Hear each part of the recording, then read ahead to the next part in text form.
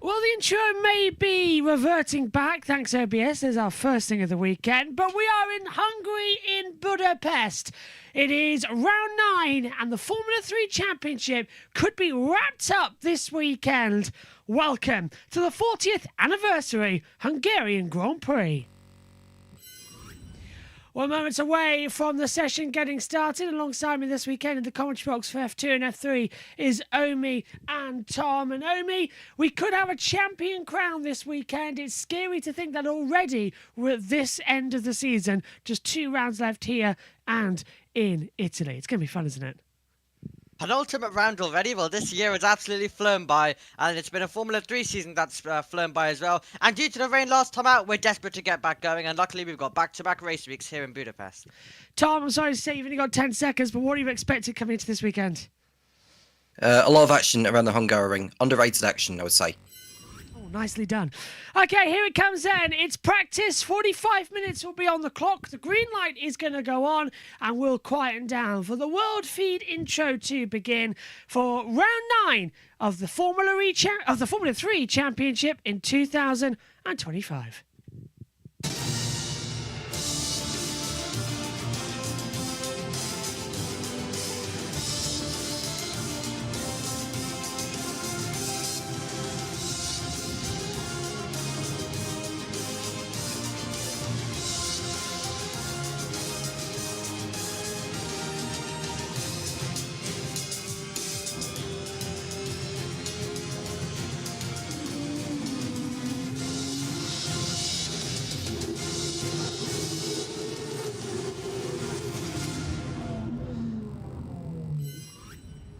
Good morning and welcome to a rejuvenated Hungaroring for round 9 of the 2025 Formula 3 season. It's the 45-minute practice session around this wonderful Hungaroring, which is called Monaco without the barriers. In total, this circuit is very tight and twisty, just 2.738 miles and 14 turns in total. One singular DRS down the main straight has now been added with a second down towards turn 2. It's going to be very interesting to see how the Formula 3 drivers deal with that ahead of this weekend. That record is a 131.091. The medium tyre compound is the tyre of choice. 261.6 kilometers an hour is the fastest speed. It's a high downforce level circuit with brake wear and tyre wear at optimal and low fuel consumption, however. It's going to be very interesting indeed. Well, Rafael Kamara is on 126 points with Nicholas Olive on 98 and Tim Traminet's on 93, my boy on 85 and Stenshaw on 80. Kamara could wrap up the championship this weekend. It's very, very possible how dominant he's been over the past 8 rounds of the championship. But we approach a brand new looking Hungaroring. Omi, you've actually commentated here in the new rejuvenated area. Brand new surface as well. Is the racing any better? Does it add anything, or did it now just feel a bit more like Hungarorings in the 21st century? I think it's basically felt the same, but it will be interesting to see how these drivers handle. I think in terms of the racing, it's felt pretty much the same.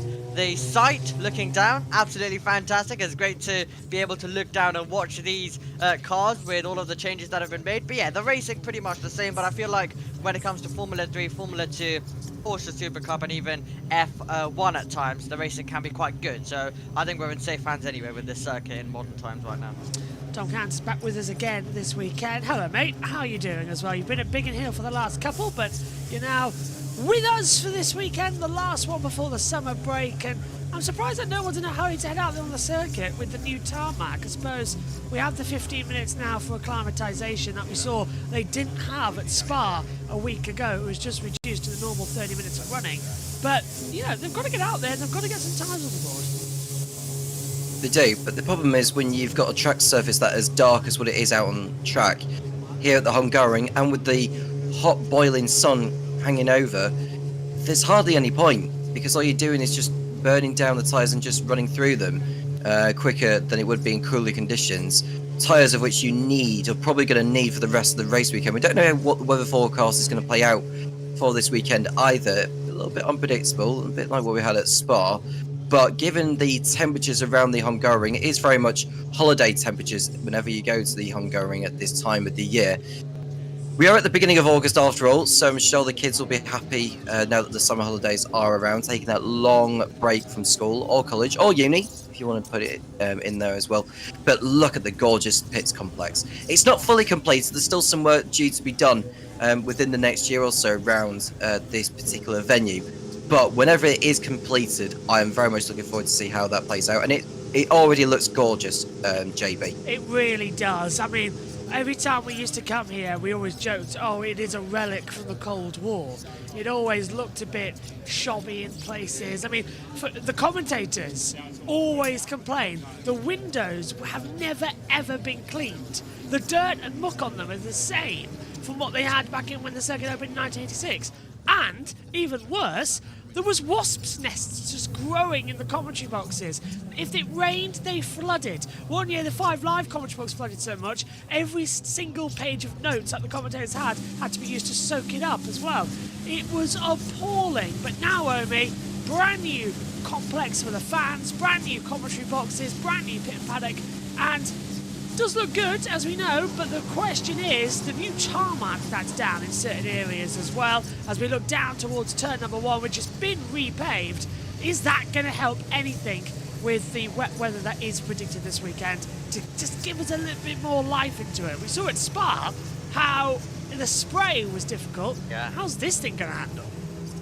Well, that's exactly the question. How will this circuit be able to handle it as well, especially if it does rain, let's say on Sunday morning, which is where we are hearing, so could affect this race along with Formula 2 and the Porsche Mobile 1 Supercar that will be taking place. Out onto the circuit, Nikita Johnson and Garage G. Nikita Johnson back with us in the FIA Formula 3 Championship now. Of course, the high-tech seat being filled by Freddie Slater a week ago. He has already signed up for a FREC around a full campaign there, so he's not able to be with us. So High-Tech have had to go, or Johnson has already done a round as well with Dan's Lucas Oil, so he knows exactly what he's doing, does Nikita Johnson, the American driver. So he's out there because he needs as much running as possible, and he's been joined by his teammate, as I mentioned. Yep, Jaji's going to be out there as well as they approach the top of turn number 4, as it is an old school circuit. Let's listen to what they have to say about this place as well, with some of the driver interviews that have got going on. And here's Nicholas Solov starting down there in the team. Let's listen now with the championship contenders and see what's going to happen as well. Solov as well coming in, won here last year in the feature race. Let's hear what he has to say about this circuit.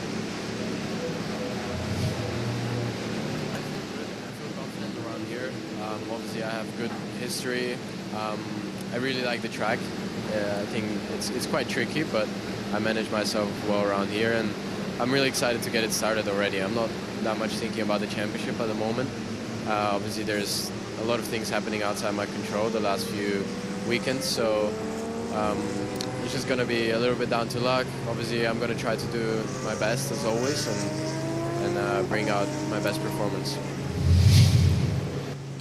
Nicholas Solov there as well to talk about how this year he's going to bring his best as the two high-techs are out on the circuit as well. The fans, as Tom mentioned, in the grandstands as well. Budapest, of course, made up of 2 different cities, Buda and Pest as well. And we're here in the middle of the Hungaroring. We're about an hour away from the city centre. Snowly on looking down, waiting in order to get the green light, and he can go out onto the circuit as well. I almost forget the halos there. I mean, I was looking through it, 2 minutes to go until he can go out and chat with 35 minutes to go. Not much action in the opening times of this session. Okay, Travis has mentioned it. I'm sad this season it isn't live on TV in Australia. Oh, I'm so sorry. that it's not live down there as well. Best seat in the house, though. We'll bring you up to date with all we can, Travis. Nice to have you coming in. Here comes the Hungarian this weekend. It says Plug. He also said good morning and hello, everybody. Hello, Plug, as well. Nice to see you. But yeah, I mean, just try and wrap up as well, because this is the first time we've come here with the new cars. Not too dissimilar to what we had before, but it's a very tricky circuit to overtake on. Single file for the majority, but somehow it's always Formula 3 that give us the best racing of the weekend. Yeah, definitely can be, and sometimes Formula 2 can also surprise us. Like last year, I'd say their races were better than the Formula 3 ones, which was quite a surprise. But yeah, Formula 3 have had some chaotic races over the years, especially with some rain thrown in there. But last year, I'd say, was one of the more calmer editions of Formula 3 rounds to have ever taken place at the Hungaroring. So it'll be fascinating to see what this weekend does with, of course, this new car, as you mentioned. It means that the teams do have to go out there and get some of that data, but no point going out in the opening minutes, as you're seeing now. Teams will start to go out in the final 30 though. But going back to Nicholas Solov and going back to what he was also mentioning, the big thing that he's come in to this weekend saying that he knows how to win around this circuit, and he doesn't need to focus on the championship as he's basically doing. He's focusing more on the race by race approach, and there's only 2 rounds left. This is the penultimate round where you've got 4 races left this season. He's mentioned how he knows how to win around this circuit, so if he could just put that forward, do his best, and if he can win the races, then I mean he leaves himself in perfect stead come the round in Monza. But that's the only thing he can do right now, is hope that Kamara doesn't have the best results and he just continues to close in the gap race by race. Yeah, and Tommy, he's running out of time. It's 4 races left for the championship, and circuits that are quite high strung as well. Faster Monaco here with Hungary than the open stretches of Monza. It's impossible almost to feel like you're going to be on the winning side, as we see Gerard Z in the replay, down towards turn 1. Well, Rafa Kamara's got it all to, lose, to be honest with you, as Gerard Z makes a lock-up at turn number 1. It's quite bumpy when you go downhill towards turn 1 there, because it's difficult to sort of break in a straight line and not stop the car, and stop the car from actually making that kind of lock-up and going straight on there. As we see all the drivers heading on the circuit, well, a lot of them anyway, this is going to be for a recon lap, I would have thought, so don't expect to see times with these drivers on track right now. Got a couple of times on the board. Gerard G's posted the time, as has Nikita Johnson, albeit those laps not being representative anyway. It was a 157.7 for Gerard G and a 158.3 for Nikita Johnson, who we've mentioned before that he is back in the high-tech this weekend. Freddie Slater was in that number 15 high-tech car in Belgium. And it was a shame he only got 1 race in there, given the cancellation of last weekend's feature race at Spa, which in my opinion could have got on the way. I agree. Yeah, I think they could have got underway with that and got some running in, but as it was, we ended up with no points awarded on the day, apart from the pole position points for Brad Benavides. And there we see Brandon Badero, like Ugo Ugochukwu, has gone for the all-black livery there this weekend instead of the McLaren colours. Well, he wants some pace as well, doesn't he? He's seen the effect for Ugo Ugochukwu as well, with basically the weight being taken off, no more colour, so you're just able to go full attack there, and it's given Ugo Ugochukwu more speed, 100%. So Brando's like, yeah, well, I'm going to do the same thing. Let's see if I can get that same effect. But yeah, it's maybe not as good to see this happening in Formula 3 after what we had in Formula 1 last year as well, when it came to carbon colours. What was the tagline at the start of last season as well? Paint it black or something or other as well. It was just all carbon fibre black. So the advantage of being able to tell who Ugo Ugochukwu is this weekend has just completely vanished. So that's going to be great. And I think also, I haven't yet seen the T-cams, but we'll have to see if there's a colour indicator there, because only one team still has 1 driver of 3. Let's hear though from Rafael Kamara, our championship leader, who could wrap it up this weekend as well. But he is absolutely dominated as well. And he's looking forward to a race here this weekend at the Hungaroring. Let's have a word with our championship leader and see if we can wrap it up this weekend. Last weekend. Yeah, I was very positive. Like you said, we started already in a good pace, P2 in quali, and then finally a good sprint race. I mean, the situation was decent, but was a good one on Saturday. And then luckily on Sunday we got the race cancelled. But I think it happens. It's something that is not in our control. So now I think just completely focus for Budapest this weekend, and just try to maximize the weekend and score good points. Ferrari driver backed, of course, Omi as well. Do you reckon he's got a chance to win it this weekend, or is he going to take it down to the final? We know how much you're looking forward to next year's Mandarin final.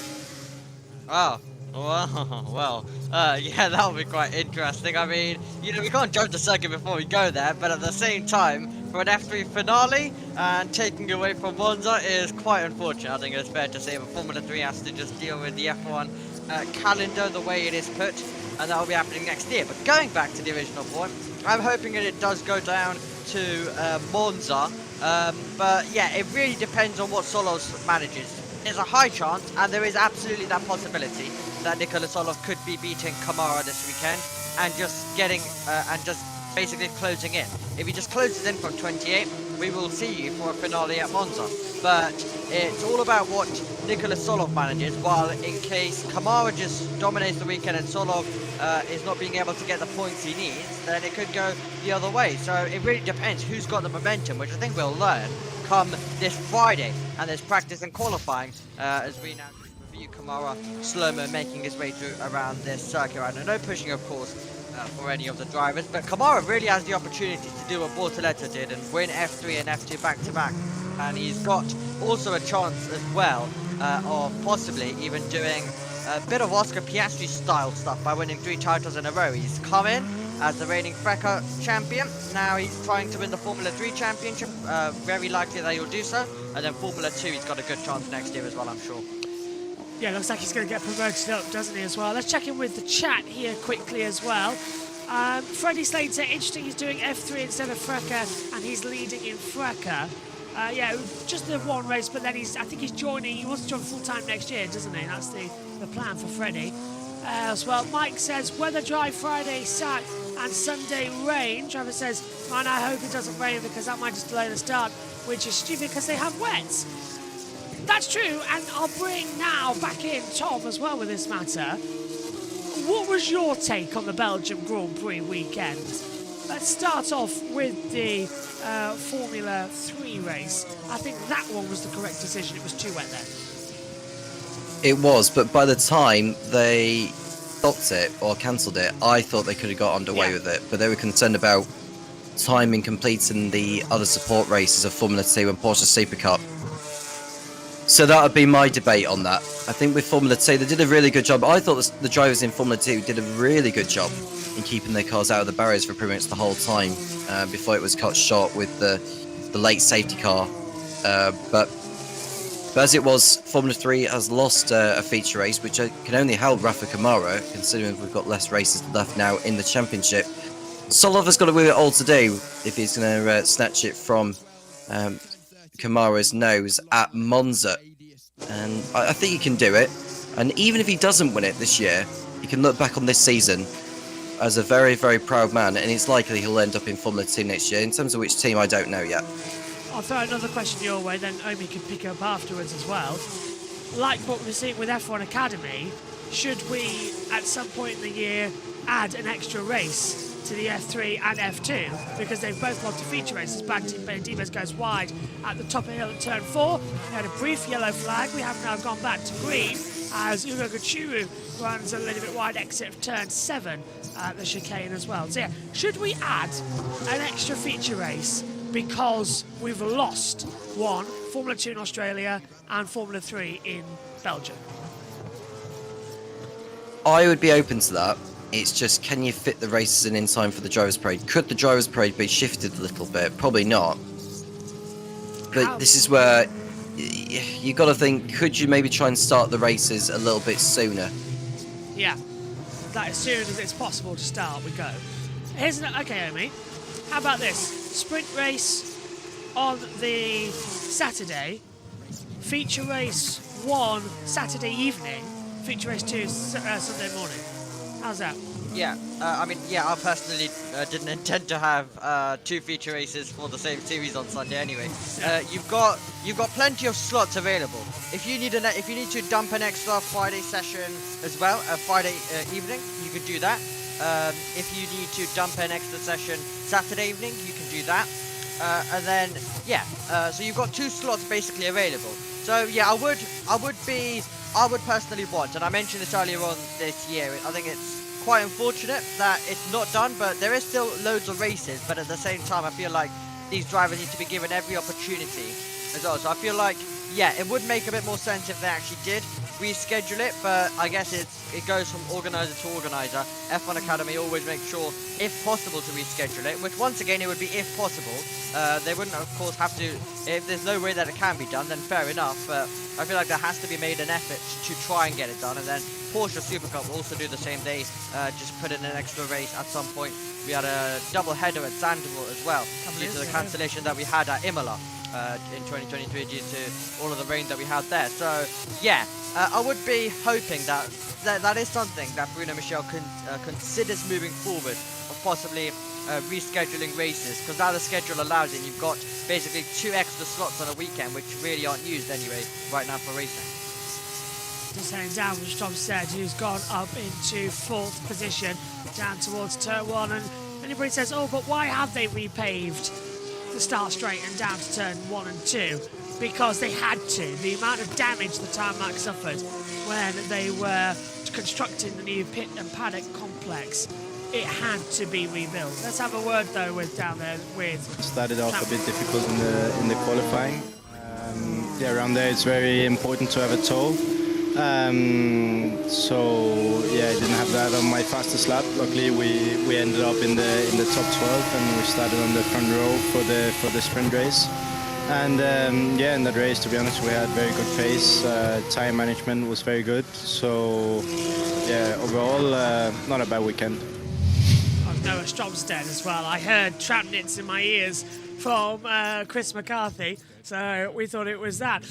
Johnson and Benedivez has been noted for impeding. That's quite interesting between the two of them. I wonder what that's happened us out there on the circuit. As you can just see the sector times out there at the moment, as we've got Rafael Kamar on top, Tim Chamnitz in second, Roman Valinsky in third, but Solov has just jumped up into 2nd position as well, and has changed the goalpost ever so slightly here with the 30 drivers available on your monitor for practice here at the Hungarian Grand Prix weekends. Yeah, I am. So, coming through. I've got Chris McCarthy in one ear and you guys in another. It's not the most easy thing to keep commentating with at the moment. Okay, let's move on then and take a look down as to what could happen this weekend and who runs well here going in the past as well.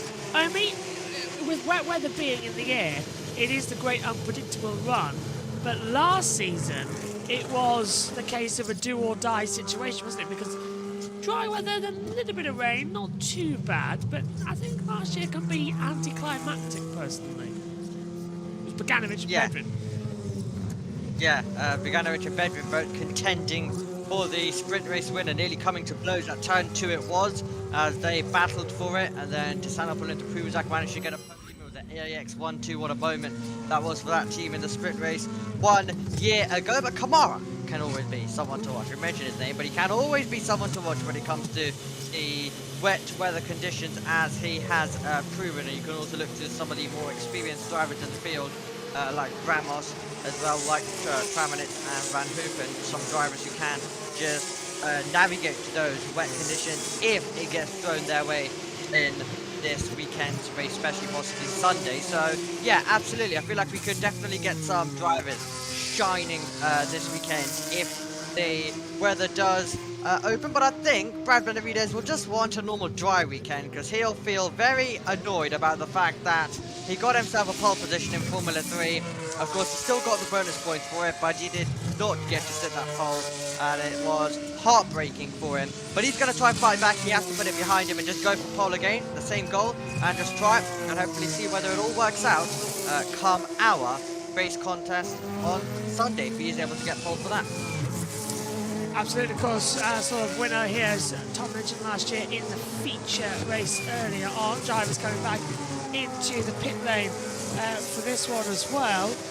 Just give me the tyres that are the bigger factor here as well. As we mentioned earlier on the top of the show as well, it's a high downforce level. Brake wear and tyre usage is sort of in the middle range. But this is what the Pirelli guys had to say, that the Hungarian Grand Prix we get to is a softer compound than last year's being used. The medium compound as well for the final lap prior to the summer break. Managing the tyres to ensure they last the distance without losing all their performance in the closing laps. Issues going to rise to their stress 1 or more 2 of the axes as well. But conditions for the Saturday race, Tom, as you've already mentioned, are going to be hotter. So how much are they going to really have to lift and coast? We see how problematic tyre wear has been in Formula 3 over the past couple of race weekends. It's about knowing where to brake as well, because if there are points on the circuit where you definitely need to use the brakes, i.e. turn 1 and over at turn 12 that Rafa Kamara has just gone through. We've got a yellow flag over at the... well, we've got a yellow flag on circuit. We don't know exactly where yet. We'll get some information on who has managed to cause that. It's been out for some time, so has someone put it in the gravel trap or something? Oh no, someone's put it in the wall. Someone's spun. It's the 27 of Nicola Moaning-Jelly as well. He's just come out of the last corner backwards, and they've refired the car and should be able to get going. Yes, he has. Just loops it round, and oops, a little bit of a interesting rejoin across the circuit there, but Omi, I think it's because how long the last corner is. You're sweeping uphill. Exactly what I was just mentioning. You get offline here, it's easy, the car just loops around. I think we can see a replay. Yeah, you're getting ready to take the wide berth to give yourself a good exit for the start-finish straight, and the car just absolutely loses it. Definitely a possibility, but yeah, we definitely could be getting a replay as well. Let's hope it is just a spin rather than him being helped around in the final corner. If they were all just clattering up, we'll get a replay and confirm that for you in a second. Mary Boyer, Aston Martin Junior, who currently is part of the Campos team, is a Spanish driver, and he is right now recorded 14th at the timing point, but he'll be looking to once again be on the attack this weekend and end the season on a high next time out at Monza, and he'll be looking for a promotion as well to FIA Formula 2. That's exactly where he'll be aiming to go next year if any seats do open up and he's able to get in there as well with the negotiations. Just trying to see my emails. Ruth Buscombe's strategy pack has just come through on my email as well. So thank you, Ruth. There's Igor Kachiru comes into the pit lane, so there's Noah Leon, Brandon Badur, and Noah Stromstead as well. Over the line then, and down into turn 1 with Mari Boyer, 6th gear, before hitting the brakes all the way down. It's 3rd gear inside corner. He's gone down to 2nd and has to counter some oversteer, so up to 3rd gear, 4th gear. Hold it as you come in towards the braking zone. Again, that's the wrong. He's going to lose a lot. Look, you see as well, he's shifting up just before he has to downshift. So the car's going everywhere. It doesn't know where it's going. Into the wrong gear, the wrong control. This should be 5th. We've got off board now. Should be a 5th gear corner. Yeah, look, he's lost 0.2 of a second in the first sector alone. Now he's got traffic ahead of him coming into the 6-7 chicane. Yeah, I think Boy is still learning the circuit a little bit much there as well. Oh, and goes wide the exit. It's like he's not dialed in. He's like, okay, I've got another time to change up. Oh no, I've now got a downshift. So he's putting unnecessary stress on the gearbox. Down 2 gears. It only should be 1. Right, riding on board now. Now brake. 3rd gear, 2nd. Yeah, it's a 3rd gear corner. And he's wondering why he cuts down to 2nd. He puts the accelerator on, it's just gone live because the engine brake is going like, whoa, where am I? The traction's all over the place.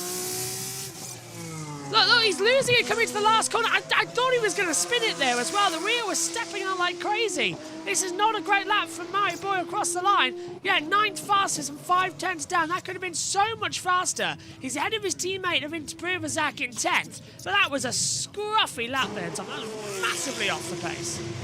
so much oversteer as well. And then, like you say, this comes down to the fact that he was undershifting into the corners here as he was braking. So we're going to get a replay here of the oversteer that Mariboy has suffered. They're through turn 7 then. That's on the exit of the chicane. That would be because of the amount of curb he took.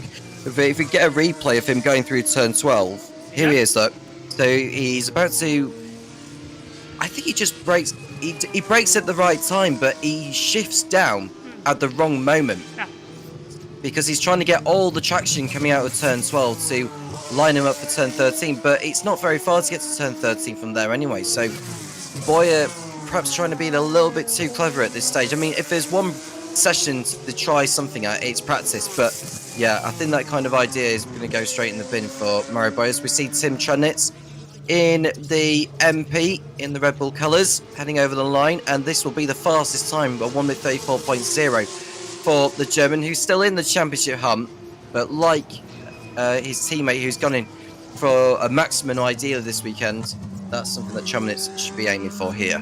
Stunning first sector and third sector, just a fraction off in sector 2. But yeah, I mean, this is a problem that we've seen a couple of times with Mario Boy, haven't we? Just across the season, he doesn't really drive the car all too well in practice sessions, and then he struggles to find it in qualifying. Yeah, can be the case. Tramnitz, similar to Boyer, just on the exit of the chicane, using a lot of curb and then kicking up the dust as well, for good measure, as he was navigating his way by. Was Tim Tramnitz, would have absolutely loved to have found himself in the lead of the championship come this phase, considering he's a second-time driver, second season. He, of course, took victory when it came to our sprint in Monza 1 year ago. That's the circuit that we'll be heading to next. So he's going to have a good opportunity there, and he'll try and absolutely capitalise. Brad Benavides has gone to 22nd position as well at the same time. So it's going to be interesting how it is all going to play out between those drivers. And it is for sure. I mean, it would be always a bit more comfortable to be in the leading position. And I mean, at some point you also need to be realistic, and he's done a good job over the season, and so he has a good gap. But I mean, all the F3 weekends also show that things can go wrong.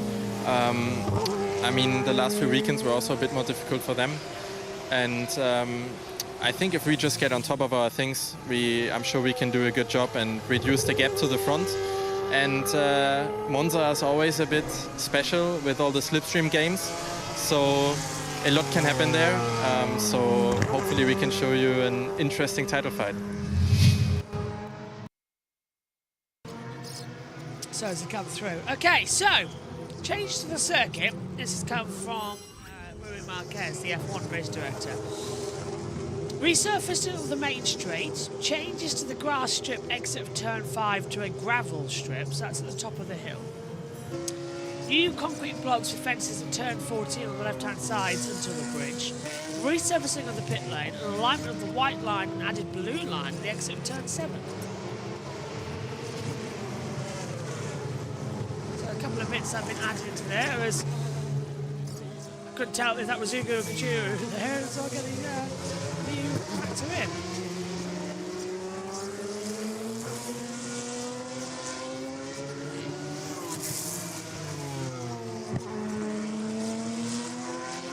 Over the line then, this is Charlie Wirtz down towards turn 1. The one thing I like, Tom, as well, the new start-finish straight here with the sidelines, it doesn't feel all that different. I was worried it'll, you know, be overreaching, it'll feel all massively different, but it actually, it complements Hungaroring quite nicely. It feels like now we're sort of in a good generation. I just wish they'd sort the curves out with the boring grey guttering. We'll see soon enough with that, once it's all fully completed in time next year. It's Charlie Wirtz, who had a weekend to remember in Belgium, picking up his first podium in the series. And he's looking to build on that this weekend. But we'll... Yeah, he's just going through turn 5 now, and this is the chicane he's heading to, of turn 6 and turn 7. So a lot of drivers take a lot of curve through here already. Wirtz avoids the grass, unlike some. But this is not going to be an improvement, I don't think. He's on the hard compound size, and they've only got one set of these for this weekend, do the Formula 3 drivers. I think they've got one set of these and 3 sets of the medium compound, which they'll be using in qualifying later today. So we'll find out soon enough what will, how that will play out for the likes of Charlie Verts and all that for Trident, who are looking ever so strong this season. And if they do win the championship, both the drivers and the teams championship, something which they've never achieved before. They've never achieved the drivers and the teams championship in the same season in Formula 3, have Trident. They've won the teams championship in 2021, and they won the drivers championship in 2023 with Gabriel Bortoletto. Verts, with his latest lap, not an improvement from before. Down on the overall best, unfortunately, for Charlie Verts. Stays in 3rd position. We'll take a look now into the pit lane area.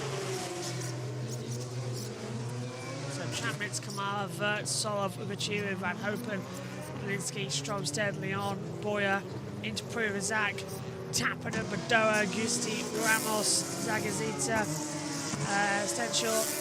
TFL now actually done 18th place zone after his strong performances in the Belgian weekend. In a practice session, yes, but he's really down the field order. They are indeed at the moment.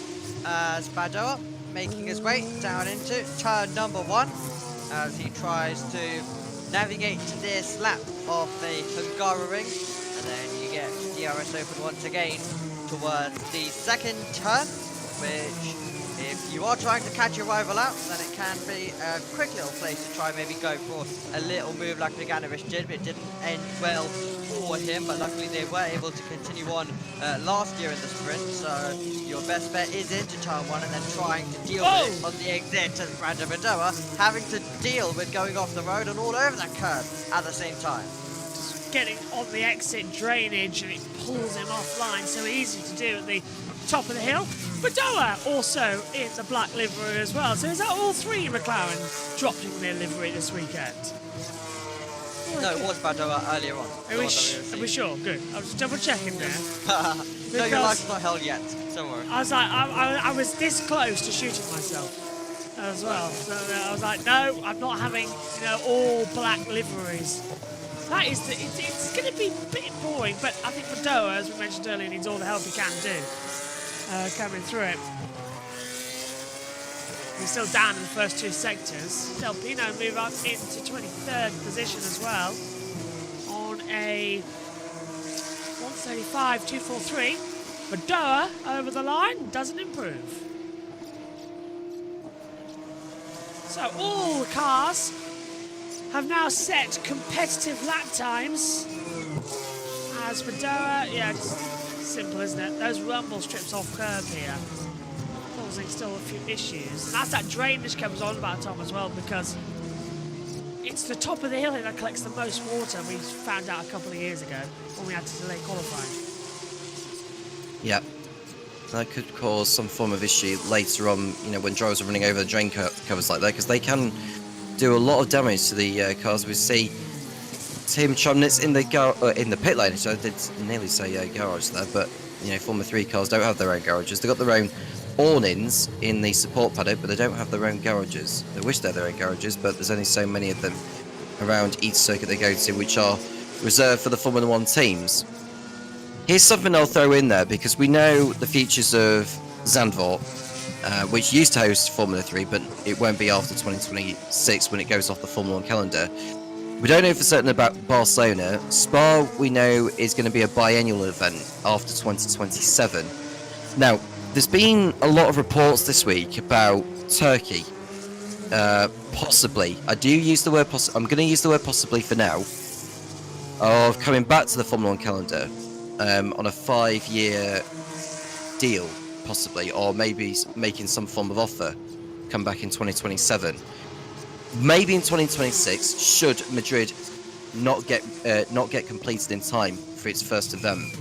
But when it was on the calendar back in 2011, GP3 raced there. Now, in case you wondered what GP3 is, it's the predecessor championship to FIA Formula 3. Formula 3 would benefit a lot from going to Turkey simply because it's a European venue. It's not as expensive to run an event there compared to what it would be if they were going to Australia or to Bahrain or to Abu Dhabi or wherever it may be.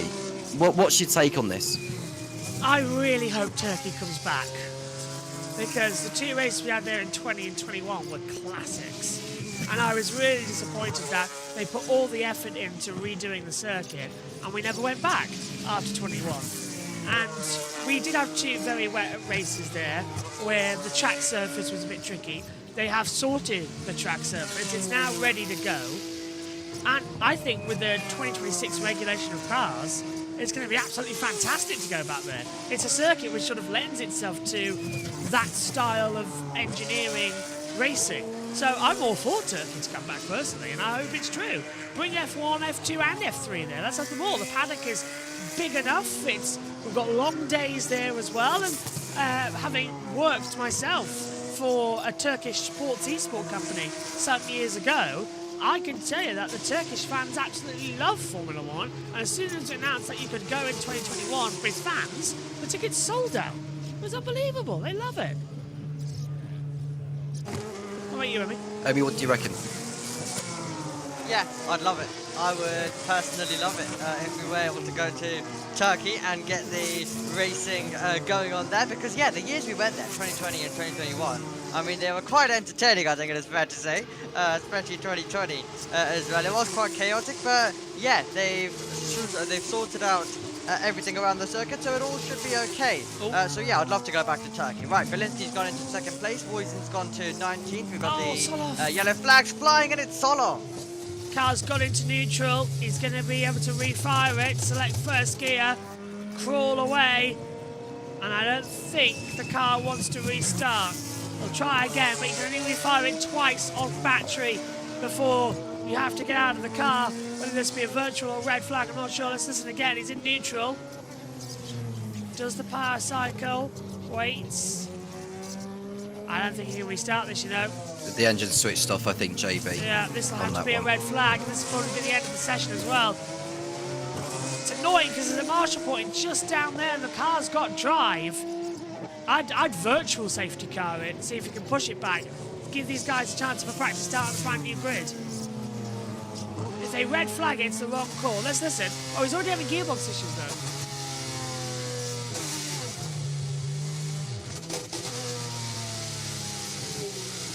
Gearbox. Yeah, it's jumping around like crazy through gears. The gearbox is gone. What's Stenshaw done into turn 13? Got traffic ahead of him into 14. Wants to come into the pit lane. He's going to undertake. I don't know, yeah, it's a bit cheeky, but it's a red flag. Stenshaw's all over the place in that pit lane. One against Gerard Z. We might get told off there, Gerard, for being too slow. Oh, I'm going off the circuit. I think that's Brad Mendivez. Oh, and that's under double yellow as well, so that's not going to be liked by the stewards. It is a red flag, though, to the session as Solov has got out of the car. Now, he'll actually be told off from the stewards as well, because he's forced the stewards to put us into a red flag situation now, because he's got out of the car and has taken off his safety protective clothing. Now, you're not allowed to do that.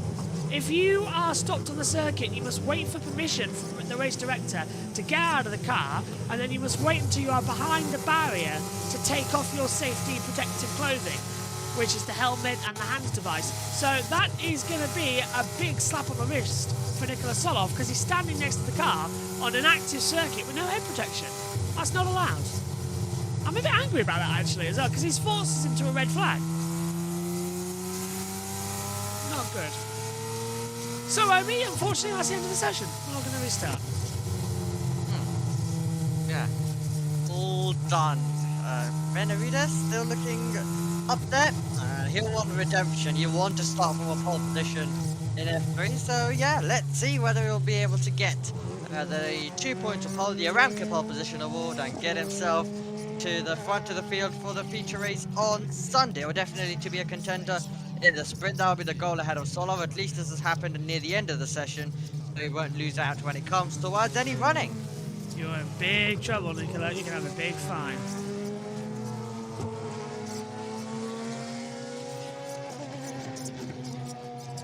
I mean, it is very hot there when you got your helmet on and that over at the Hungaroring at this time of the year.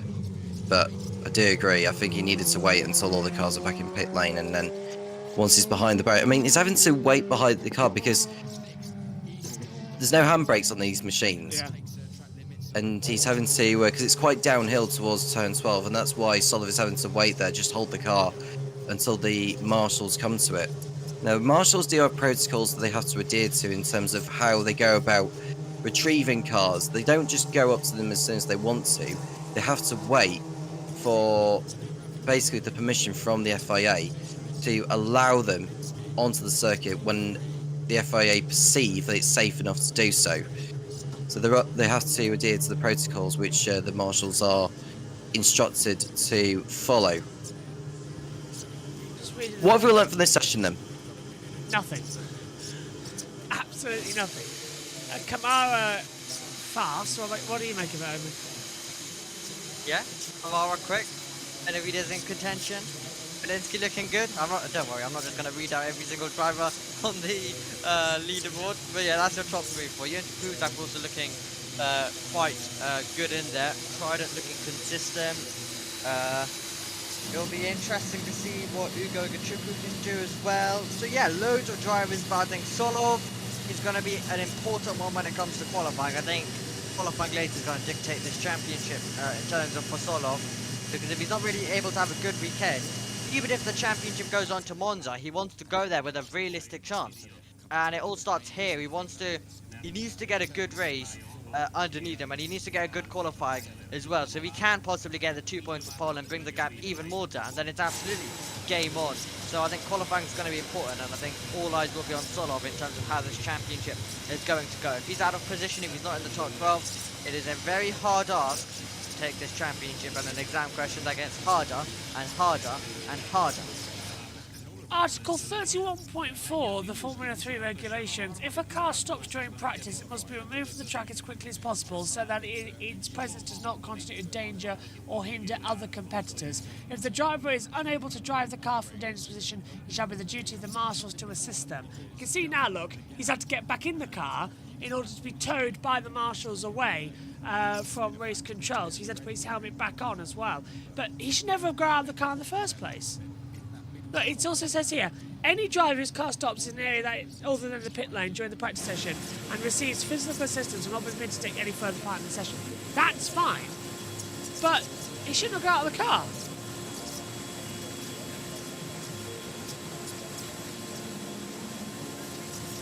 I'm just reading the end of these messages to see if it's... Yeah. Should one or more sessions thus be interrupted, no protest can be accepted as possible effect. Interruption of the session qualifying as the driver's permitted to start.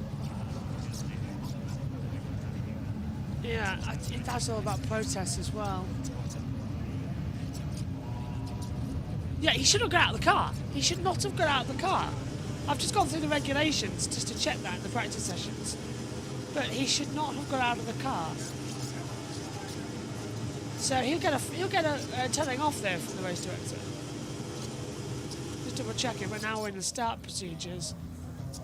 Just to see if there's anything that says he shouldn't get out of the track. Could be a good penalty, you know, actually, as well. Because he's caused the red flag and got out of the car and created a danger on the circuit.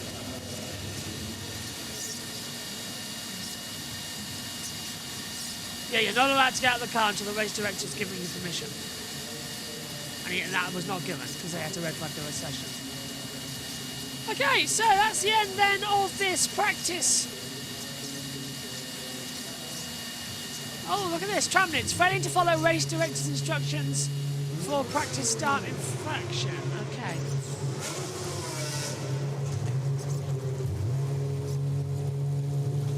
Driver's deed. I think looking at this also, Solov could be under investigation for breach of Article 48, which is the driver's deed that they have to sign. So yeah, there's a couple that could be there. Omi, please take us through the session results. Absolutely. Well, we end with our championship leader on top by 64 thousandths of a second to Brad Benavides, who puts it in second. Belinsky in third, looking good for Rodin Motorsport. And then into Pruvazak finds himself as the lead Campos driver in fourth. Noah Stromstead in fifth. Nicholas Solov, who stopped near the end of the session, is in sixth. Charlie Wirtz puts 3 Tridents in the top 7. Great stuff from them. And then it's Bruno Delpino, Mary Boyer, and Ugo Gachuka completing the top 10. Van Hoopen in 11th, and then it's Tim Kramnitz in 12th. Leon is in 13th place for Kramer, and then it's Kapanen.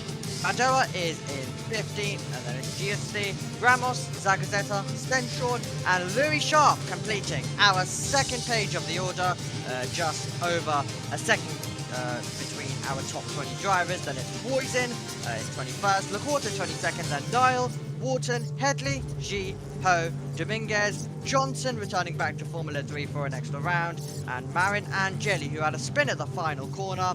He was able to continue, and he is 30th overall.